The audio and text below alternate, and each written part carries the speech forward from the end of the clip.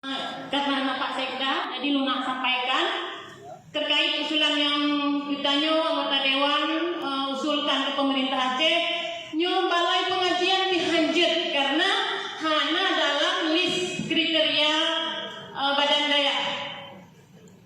Nyo memang tu Aceh hanjut balai pengajian, kita Aceh kena pegang gereja, masjid hanjut, rumah duafa hanjut. Nyo diurina ciri pikir nyo pemimpin, diurina kai pegah aturan di rumah saja. Tanah bagus menjadi pojak, barang mahal yang nak cuma tak mahal nak imam. Nyo asyik tertibkan oleh harga pasar. Nyo tugas nyo apalagi tengah wabah, baik sampai wabah kira.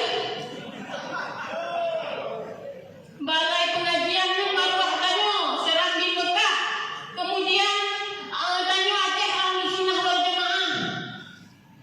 Syariat Islam harus tertegakkan sampai-sampai terpegang. Tempat murno hanjit pegang. Yang umang tanyo. Pak Sekda ni pegang dia Pak PLT. Kena karap dia tu gubernur 200. Karena pemimpin akan dimintai pertanggungjawaban di akhirat. Pundah yang terpimpin selamanya. Zalimkah tanya? Atau tanya memang tak peduli ke rakyat? Dia rakyat ditanya hantu tu yang tidak pemimpin yang buat.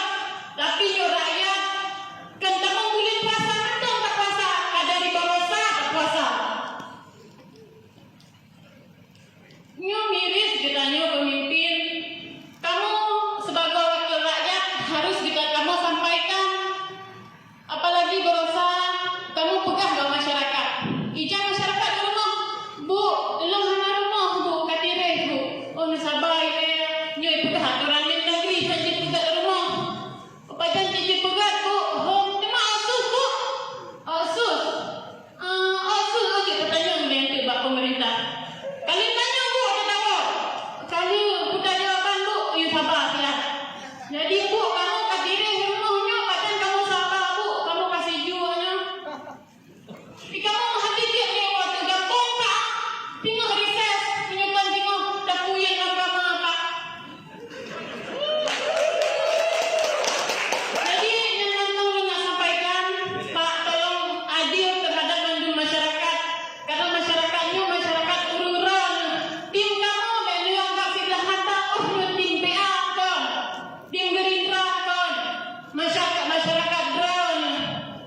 Nyo marilah sama-sama kita ni peduli ke rakyat. Jabatan yang nak baik tak berfoya-foya karena tanya gaji yang lu, motor tak